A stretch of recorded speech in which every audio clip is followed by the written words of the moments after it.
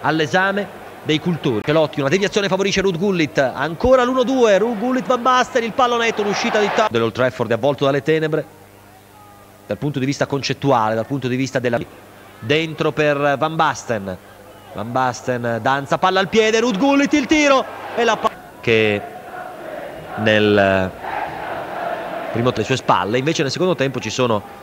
Van Basten e Virdis, ancora Evani che dice no e serve Marco Van Basten, si muove Virdis, il lancio di esterno destro di Marco Van Basten, largo Virdis pronto a mettere in mezzo,